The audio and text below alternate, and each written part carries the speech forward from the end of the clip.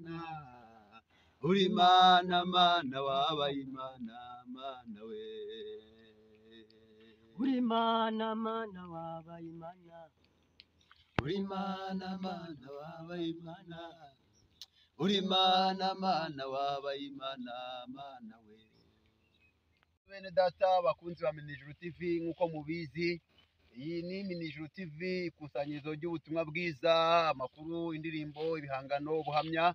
Iyi saha rero tugeze ahantu twari turimo tugenda dutembera n'umuvandimwe wanjye wundi twari kumwe, turimo natwe twiyerana tuvuga ngo tumenye dusenge, twibuka uburyo Imana yabanaga natwe. Tugeze ahantu duhasanze umuvandimwe ari gusenga, turahamusanze cyane, turamuganiriza, tumusaba ko niba ari byo yasangiza abantu ubuhamya. Ariko mbere y'uko tumwakira, reka tubanze tubasuhuze abari muri Canada, abari muri Afurika y'Epfo, abari mu Bubiligi, mu Bufaransa, abari Mozambique, abari Zimbabwe, abari Tanzania, Uganda, Congo. Abo bose turabashuje mu izina ry'Umwami wacu Yesu Kristo. Turi kumwe rero n'umuvandimwe muri kubona kuri kamera, reka tumusuhuze. Muraho neza mwene data? aho umukozi w'Imana Samuel. Ni Samuel Abayisenga muvugana, ndi umukozi wa Minijuru TV. Isaha rero tukugezeho, dusanzwe uri gusenga. Ese amazina yawe wakivuga? Yego, nanjye nitwa Harindintwari Joseph, ariko Uwiteka ngiye neza, nitwa Zakayo. Nkunda gusenga, Imana ngiriye neza, Imana yakoze ibintu n'ibitangaza. Uwiteka hari aho yankuye ku nzoga, inkura ku itabi, nari umusinzi, ariko kugeza aya masaha ndacyashimira Imana ko Imana ngiriye neza, yampaye agakiza ku buntu. Witwa Zakayo, amazina yawe? Harindintwari Joseph. Harindintwari Joseph, mbere na mbere banza dusengere, numa kudusengera tubone gukora ibiganiro. Mana nziza, Mana ikomeye, Mana y'imbaraga, Mana y'impuhwe, Data ushobora byose, Data turagushimira muri kano kanya. Data turi imbere yawe iyi saha, Data tubanze guca bugufi, Data banza tubabarire. Uri Imana y'imbabazi, uri Imana ishobora byose, uri Imana yihagije, uri Imana ivuga bikaba. Data turi imbere yawe, Mana ndagushimira ko muye na bene Data. Mana komeza wigaragaze, Mana waduhamagaye, wadukuye mu isayo ry'ibi byose, wadukuye mu isayo ry'ibikomeye, ariko Data turagushimira. None Data mwiza, Mana nziza, Mana y'imirimo, Data nongeye gushimira ko wongeye ukamuzana bene Data. Niyo mpamvu iyi saha nongeye gusaba imbabazi, ngira ngo wongere ungirire neza, wongere wumve gusenga kwanjye, wongere Data ukomeze unyambike imbaraga. Data ugire ibyo urema, komeze Data unyagure. Data uko wahamagaye, Data wikorere kwiyubahisha, kandi Data ugire icyo ukora muri aya masengesho. Yego Zakayo, watubwiye ko witwa Harindintwari Joseph, ariko ntabwo watubwiye itorero usengeramo. Itorero nsengamo, nsengera muri ADEPR Kabare. Usengera ADEPR Kabare. Harindintwari Joseph ni umugabo, ni umusore, ni iki? Ndi umugabo w'umugore umwe n'abana babiri, Imana ngiriye neza irabampa. Uri umugabo w'umugore n'abana babiri.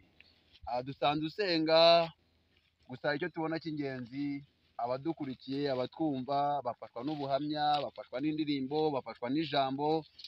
Ese Zakayo, tubonye icyo ubona Imana yagukoreye wagezaho abantu.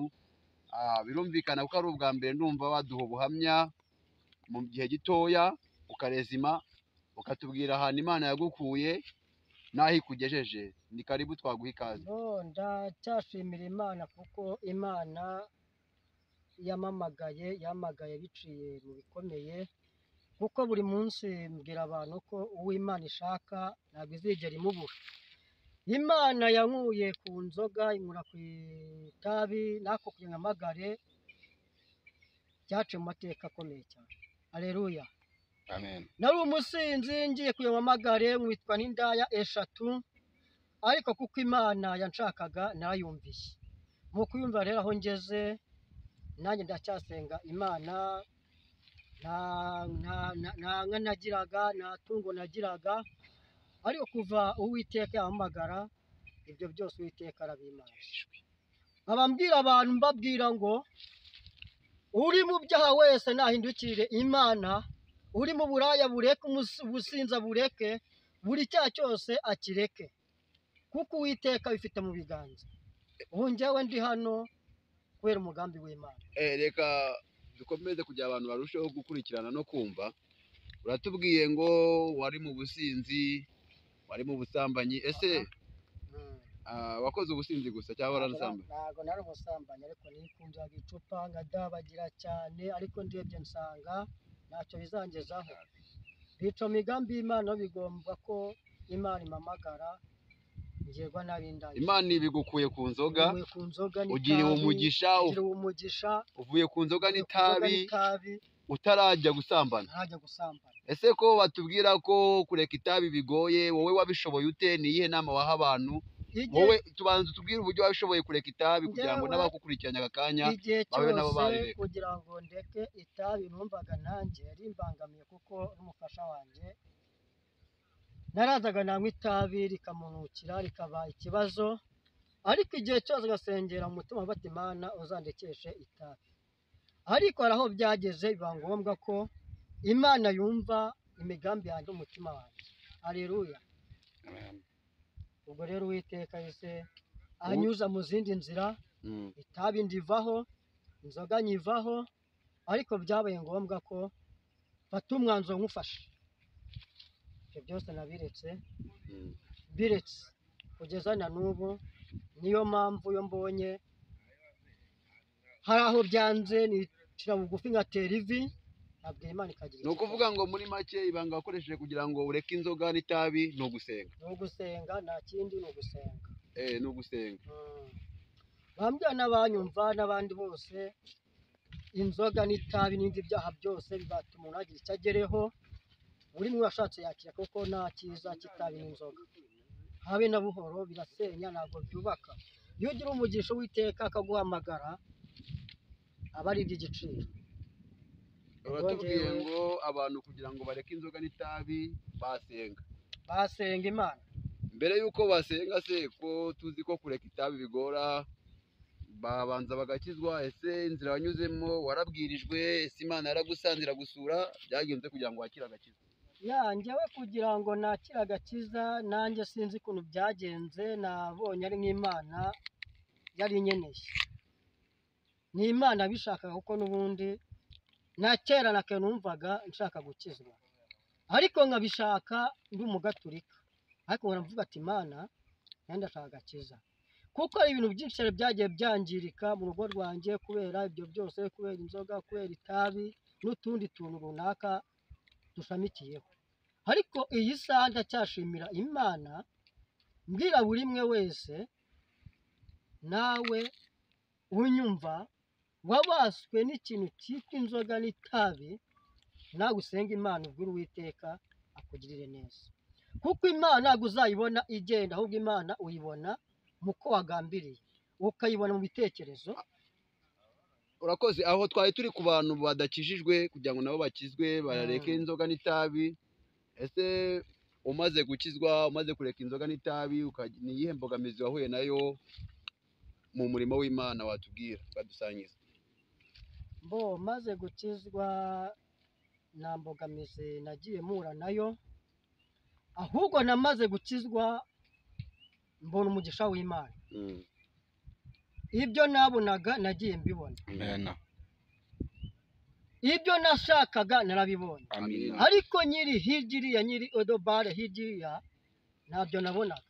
Ariko namaze kwakira Umwami Yesu n'Umukiza, Uwiteka aransanga ati mwana wanjye nzakugirira neza. Haleluya. Kugeza ino saha ndacyafite umugisha w'Imana. Kujya aho nagezwe nkavuga ati nanjye guhindura izina. Haleluya. Urumva impande zose ajya kwita amazina, ariko yamaze kwakira Umwami Yesu n'Umukiza, nindirwa izina yitwa izina Zakayo. Iri zina naho ritageze, rize maze kungeza ku mateka akomeye cyane. Haleluya. Ubwo ndagira ngo mbwire buri umwe wese urimo kunyumva, aho dutuye ntabwo ari heza, ariko Imana igucomoyemo, Imana iguha umugisha. Imana amaye umusore n'inkumi bivuye ku isezerano ry'Imana. Imana irambwira ngo mwana wanjye nguhaye inka y'umugisha 2023, iyo nka nayibonye. N'ikima itakoze ni iki? Imana ibiguhaye inka umugisha. umaze gukizwa maze gukizwa kandi utarakizwa nawe wari reka warabonye. reka reka ubwo nabonaga amafaranga nkayahonda nkanywera mitsingi nkagira gute, ariko ndacyafite nzayimana, kuko n'undi Imana yambwiye ati mwana wanjye nzakomeza nkugirire neza, nzakomeza ngukorere ibikomeye, nzagutambagiza, ibyo byose nabyo ndacyabifite. Ya none se urumva urakijijwe uretse inzoga, tujya tubona abantu benshi bavuga ko gusenga, ese gusenga no gukora ubihuza ute? bo buriya iyo wasenze Imana, Imana yagutunga, Imana yakutunga, Imana irakugaburira, kuko n'ubundi ushobora gutera ivi aka kanya, wagera aho ugiye muri karitsiye cyangwa mu rugo, Imana ikagutunga ko wasenze Imana. Ariko hari igihe nabyukaga ngenda ahubwo ndi mu kabari, sinjye n'icyo mbona. Njya nkunyuraho nkabona uri koza imodoka, nkabona uri gukora, nkabona abantu barakubwira ati dufashe gira gutya. Ese nk'abantu barera amaboko badakora bagasenga gusa, wabagiriye inama? Ko njya mbona wowe ubikora. Ese wenda ntabwo nkubeshye, waduhamya bw'ukuntu Imana yaguhaye gukora iriya mirimo itandukanye ugenda ukora? Buriya rero Imana yatubwira ngo tuzahabwa imigisha ku mirimo y'amaboko, urasenga ukanakora, kuko n'ubundi byange byakunde Imana byose irabifite. Ushobora gusenga Imana ikagutungisha gusenga, ariko icyiza ni uko nabwira buri umwe wese urimo kunyumva nasenga nakora, kuko Imana ikunda umuntu ukora. Kuko ndabyibuka neza ko nyiri iriya narakizwa, nabyukaga ndyamye nkagira gute, hari aho byageraga nkabura n'inote y'igihumbi, nkabura na 2. Ariko wumva ku murimo w'Imana, mva kwivugira ubutumwa bwanjye, nkajya kubona nkabona nunzwe n'amano y'Imana. Haleluya. Ego.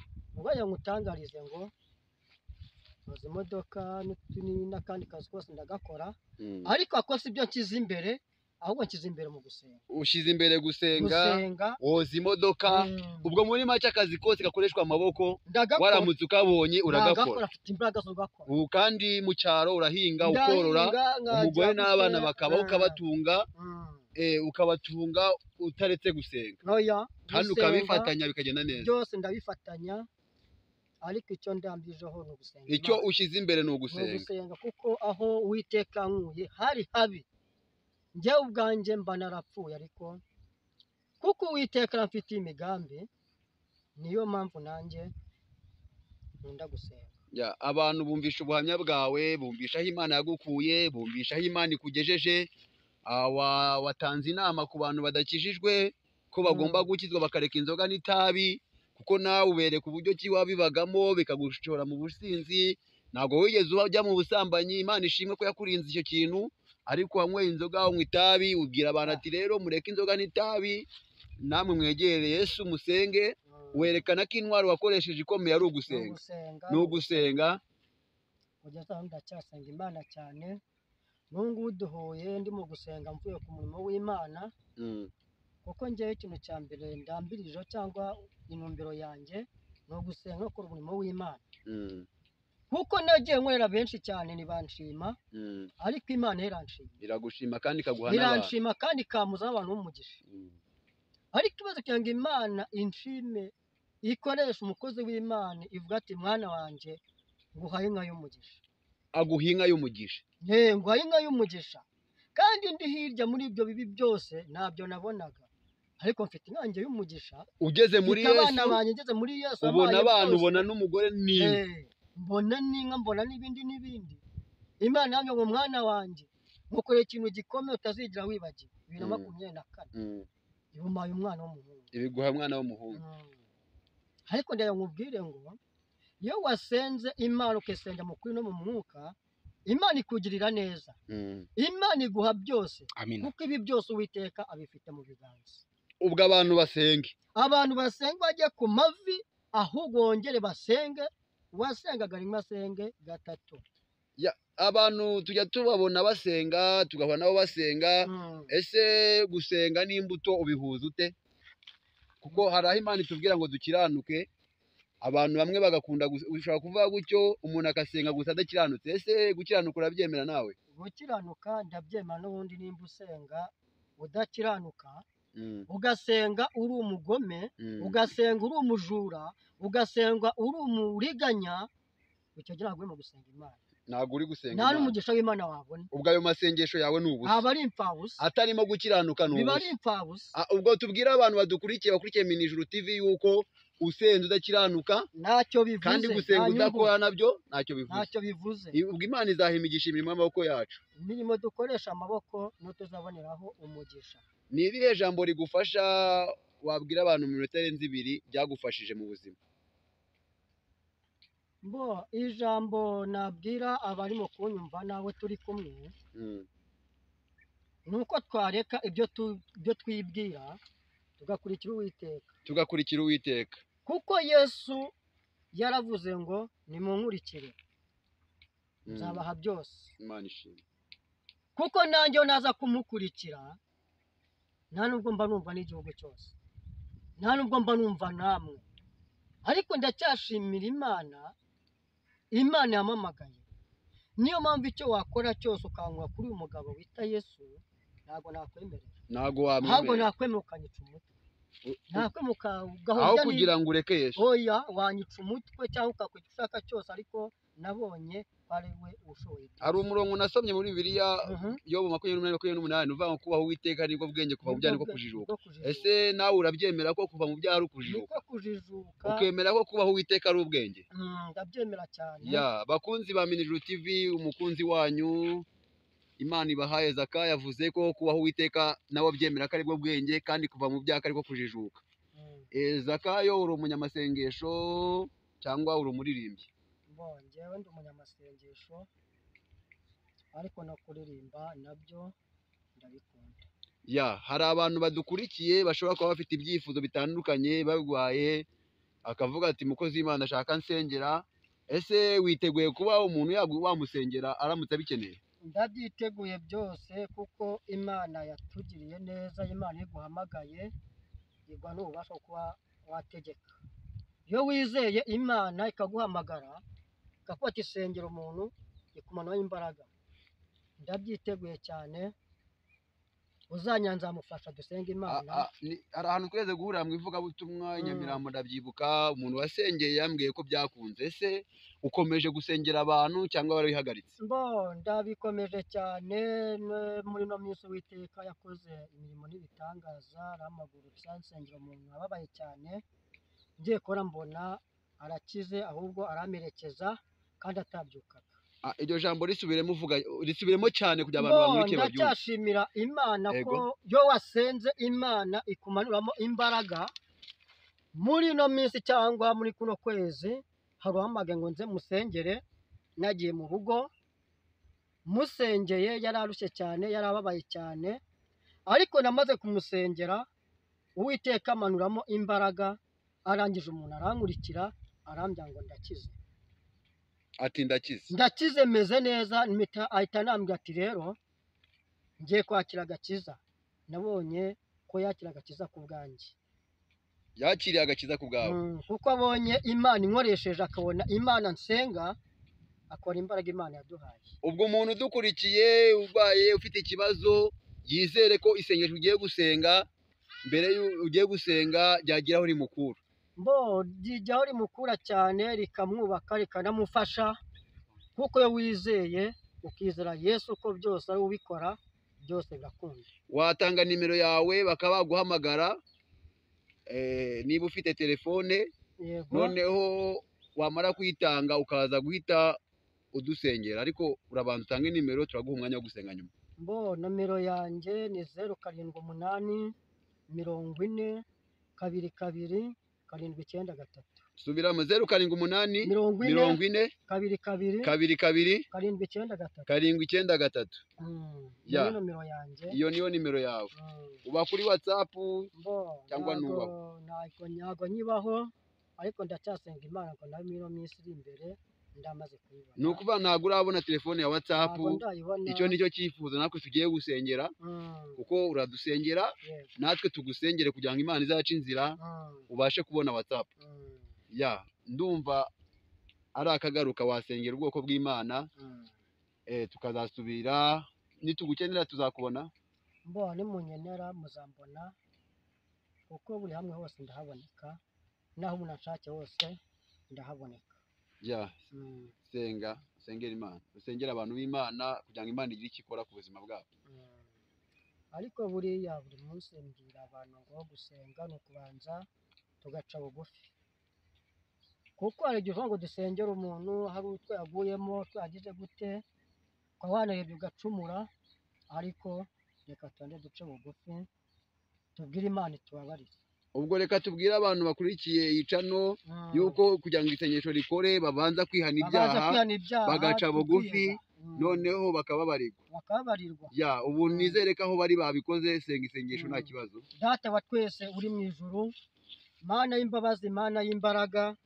data turagushimiye muri kano kanya turagushimiye data kuba bariye ubwoko bwawe Mana ndasenze iyi saha Mana abarwayi nibakire mu izina ryawe Yesu Mana nibakire ibyo bafashwe byose imyuka mibi byose usohore mu izina rya Yesu indwara zose zikire mu izina rya Yesu data ndasenze iyi saha y'itariki Mana igaragaze nk'Imana Mana ireme igitangaza cyawe ku barwayi aho abarwayi bari impande zose nibakire data turasenze mu izina ryawe Yesu data watubwiye uti uduhaye ubasha gukandagira inzoka na sikoropiya nanjye ndategetse mu izina ryawe Yesu indwara zose nizikire mu izina rya Yesu ubushomeri bwose buhagare mu izina rya Yesu abadafite akazi bakabone mu izina rya Yesu abarushye nibaruke mu izina rya Yesu data turasenze iyi saha data igaragaze nk'Imana data ongera witamuro nk'Imana ongera data wigaragaze nk'Imana data hindura ibyanze guhinduka nk'Imana data ku kwezi turagusengeye uku kwezi katukubonemo umugisha data igaragaze nk'Imana data nzi ko ushoboye byose nzi ko nta kikunanira nzi ko nta kirogoya imigambi yawe Mana ndasenze iyi saha